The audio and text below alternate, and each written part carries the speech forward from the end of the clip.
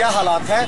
बाढ़ के पानी का रफ्तार लगातार बढ़ता ही जा रहा है, जिसका संकट शहरी तटबंध पर है, यानी कि शहर में भी है। हम आपको दिखा सकते हैं, ये देखिए अचानक अगर कहें तो शुक्रवार को अचानक करीब 1 फीट से अधिक पानी फैल गया है पूरा क्षेत्र में। अगर देखें ये बागमती नदी है और ये बागमती नदी लगातार आपको बढ़ता ही जा रहा है। और खासकर ये बता दें कि यही नहीं, इस पर जो संकट आएगा तो सारी सुरक्षा तटबंध पर खतरा है।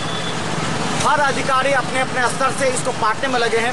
अगर हम बता दें कि दोनों तरफ अगर कहें तो ये इस तरफ भी देखें, इस तरफ भी धीरे धीरे पानी इलाकों में फैलता चला जा रहा है। और अगर ये बता दें कि खतरे की अगर हम बात करें तो खतरा दरभंगा पर अभी टला नहीं है और ये खतरा लगातार जारी है।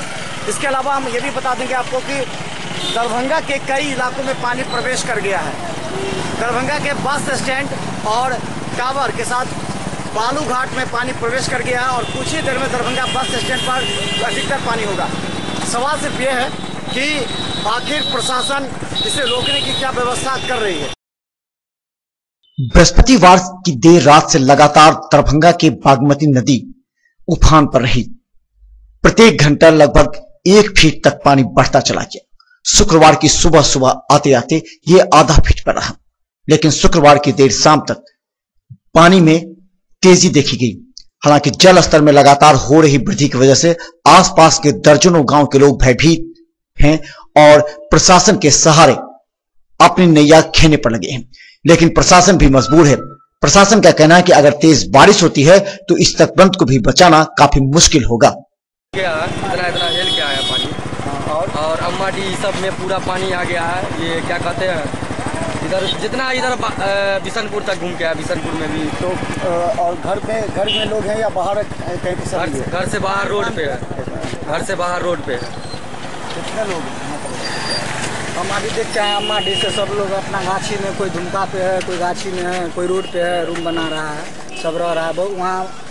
वहाँ बहुत जरूरी है वहाँ आदमी को मदद के लिए। वहाँ आप जाइए, आप वहाँ मीडिया को भी जाइए। एक बच्चा भी डूब गया है।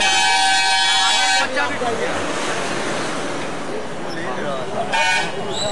बताइए कि कहाँ अभी पानी कितना बढ़ा है आपके नज़र में लग रहा है? हम लोग के नज़र में तो हम लोग कल रात से ही बार मतलब हर प्रति घंटा आके देख रहे हैं। पानी में तो बढ़ोतरी नजर आ रहा है। और सुबह में सुनने में आया कि इधर ये रास्ता, इसमें 2 बच्चे भी बह गए, कोचिंग पढ़ के आ रहे थे उधर से। तो हम लोग तो मतलब जो है बराबर निरीक्षण कर रहे हैं, हर 1 घंटा पे बाजार से आ रहे हैं देखने के लिए कि क्या स्थिति है। भयावह स्थिति लोग के मन में बन गया है।